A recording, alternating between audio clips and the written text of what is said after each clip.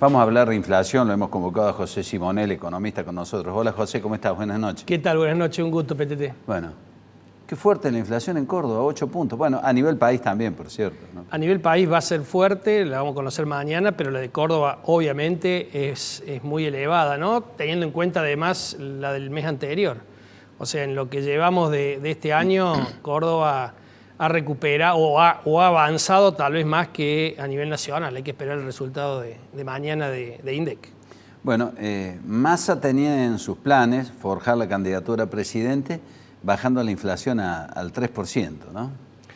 Sí, cuando anunció eso Massa, te diría que casi el 100% de los analistas dijeron que no era posible. Me parece que también en alguna oportunidad lo charlamos con vos, PTT. Era más una cuestión de deseo que de posibilidad, ¿no? Lo cierto es que a este gobierno tiene poco margen para implementar un plan antiinflacionario, no tiene poder político, no tiene posibilidades de brindar certidumbre o de generar optimismo en los meses que quedan. Estamos entrando ya de lleno al proceso electoral, donde por lo general la incertidumbre se aumenta, así que obviamente que todos decíamos que esa aspiración era bastante difícil, más cuando la inflación se venía acelerando, cuestión que hemos, digamos, corroborado tanto en febrero como seguramente ahora en marzo, lamentablemente, ¿no?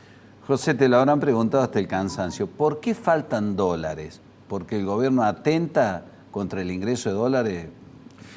El cepo, lo decía Alberto Fernández en la campaña, decía el cepo es como poner una piedra en una puerta de estas que rotativa, digamos. Giratoria. No, giratoria, no deja salir los dólares, pero tampoco lo dejan entrar. Con cepo no van a venir dólares. O sea, en Argentina tenemos la particularidad que nos faltan dólares y los argentinos están llenos de dólares atesorados, digamos, que por miedo o por precaución no lo tienen en el sistema. Los argentinos deciden sacar su dinero afuera, por eso el contado con liqui está siempre tan calentito, digamos que es el instrumento legal que se utiliza para girar fondos al exterior. Así que si no están los ahorros, mucho menos va a estar la inversión en Argentina. Así que con el cepo y fundamentalmente PTT con la brecha que se genera a partir del cepo entre el dólar oficial, que se usa como ancla antiinflacionaria. El dólar oficial, para que los televidentes entiendan, es el dólar al cual se realiza el comercio exterior, ¿no? O sea, el que pagan los importadores y reciben los exportadores. Ese dólar está a 210 pesos hoy, salvo el dólar agro, que ahora lo pusieron a 300 para tratar de incentivar la liquidación del sector agropecuario, liquidación que hoy reaccionó felizmente, pero digamos, la brecha entre ese dólar y los dólares libres y legales, el contado con liqui, el dólar MEP, es casi del 80 y pico %. Entonces eso hace de que todo lo que puedan conseguir dólares para importar, lo importen, y todo el que pueda demorar una exportación, la demore.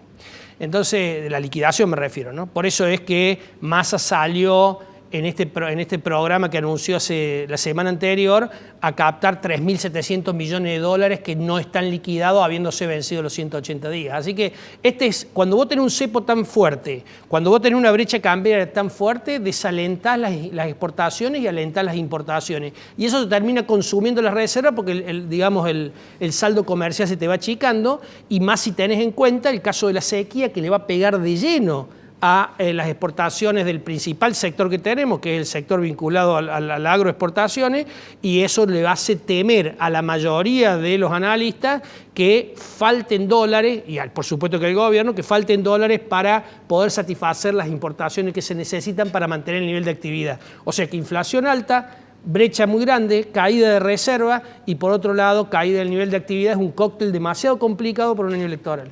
¿El Fondo Monetario aprieta o no aprieta, o en realidad no le impuso condiciones tan drásticas a Argentina? El Fondo Monetario, digamos, como es parte del problema, porque fue el que ayudó a que se sobreendeudara Argentina, trata de generar algún ancla a las expectativas con un programa que sea medianamente coherente desde el punto de vista fiscal y monetario, pero obviamente no puede terminar de apretar como lo va a hacer con el próximo gobierno. Seguramente, ¿sí? Yo creo que sí.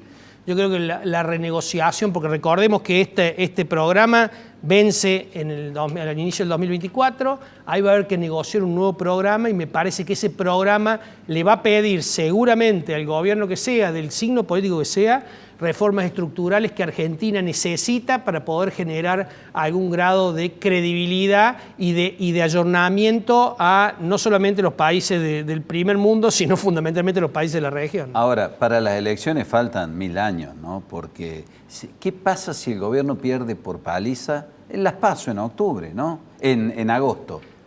¿Qué sucede? ¿Qué escenario nos espera hasta el final, no? Bueno, esa es mi mayor preocupación y creo que la mayor preocupación de la mayoría de los analistas. ¿Qué va a pasar entre las PASOs, dependiendo del resultado, y que se dé el cambio de gobierno, ¿no? Recordarás lo que fue las PASO del 2019, ¿no? Una debacle que la bolsa cayó 30% en un día, digamos, para demostrar lo que las PASO pueden implicar en términos de expectativas. Así que es bastante complicado y, de nuevo, para colmo, partiendo de una situación de las variables macroeconómicas mucho más desmejorada que la que había en el 2019. Hay déficit fiscal, hay muchas menos reservas, hay una inflación mucho más alta, tenemos más pobreza, la gente está más cansada, el clima social está mucho más complicado que hace un tiempo atrás. Así que yo te diría que es un motivo de mucha preocupación, por eso uno debiera apelar, aunque creo que este pedido va a caer en saco roto, a que la dirigencia estuviera a la altura de la circunstancia y tratara de definir algunos consensos básicos. Sé que no se va a dar, mientras lo voy diciendo, pero debo decirlo, sí. En aras a decir, señores, estamos en una situación complicada.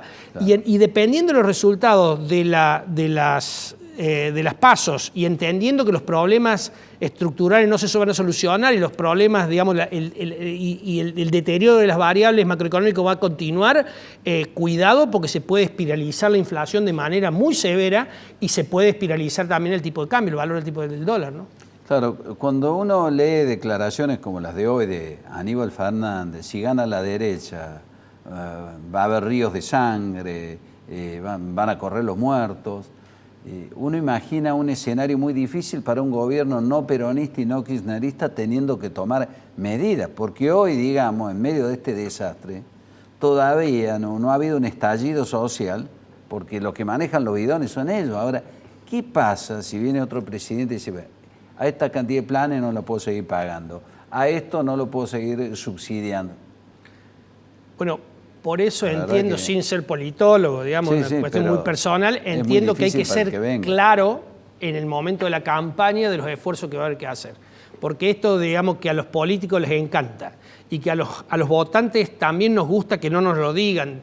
Digamos, ningún político te dice que va a tener que hacer esfuerzo. Parece que a la gente le gusta que le mienten. Y a la gente le gusta que le mienten porque la gente sabe que de esta situación no se sale sin esfuerzo. El tema es, si seguimos haciendo esfuerzo como lo venimos haciendo hace 5 años para nada, o hacemos esfuerzos para algo, digamos, y esa es la diferencia entre tener un plan, entre tener medidas que sean creíbles y tener los consensos básicos, no solamente de las fuerzas políticas, sino de todos los agentes económicos, sindicatos, empresarios, digamos, y sector agropecuario, obviamente. Entonces, digo, me da la sensación que la política se tiene que poner a la altura de los desafíos, que son muy fuertes, y de una vez por todas tratar de explicarle a la gente cuáles van a ser los esfuerzos que vamos a tener que hacer para salir de esto y cuáles son las expectativas del resultado que nos van a dar esos esfuerzos, porque de lo contrario va a ser muy difícil, digamos, lo que queda entre las PASO y las elecciones y lo que luego venga después de las elecciones para un próximo gobierno. Sí, el tema es qué puede llegar a pasar, ¿no? de acá en adelante, porque ya Massa en estos meses no tiene muchas chances de amainar la tormenta económica, de frenar la tormenta económica, porque hay una desconfianza muy grande instalada, ¿no? Massa no lo va a hacer, si no lo pudo hacer ni bien asumió, que tenía algún tiempo un poquito más largo, digamos, y tenía mayor consenso en la coalición gobernante, difícilmente lo puede hacer ahora. Es cierto que Massa está en Estados Unidos tratando de recaudar todos los dólares que puede. Acaba de cerrar un acuerdo con el BID por 600 millones que le van a liquidar 200 millones de dólares y con un fondo de Arabia Saudita por 500 millones, pero vos pensás que eso dura muy poco cuando vos tenés exportaciones que están en el orden de los 5.000 e históricamente las importaciones que hacen falta para mantener el nivel de actividad son 6.000. Claramente esto nos quiere decir que se va a seguir importando, porque ya se está importando mucho menos insumo de lo que hace falta a valor de dólar oficial. Eso tiene dos consecuencias: o generás un parate a nivel de actividad, o generás que los importadores tengan que comprar con un dólar libre, por ende aumentan sus costos y presionan la inflación. Así que inflación elevada, digamos, o espiralizándose con mucha digamos, altamente probable, presiones sobre el tipo de cambio seguramente a partir de que los productores agropecuarios empiecen a hacerse de los pesos que le produzca el dólar agro, obviamente van a presionar sobre el tipo de cambio. Las elecciones generan siempre que los agentes económicos argentinos traten de dolarizar sus ahorros y esto va a generar de nuevo presiones sobre el tipo de cambio. Así que no nos espera unos meses fáciles para los argentinos, lamentablemente, ¿no? José, gracias por haber venido. Un gusto como siempre. No, muchas gracias a vos, Petete.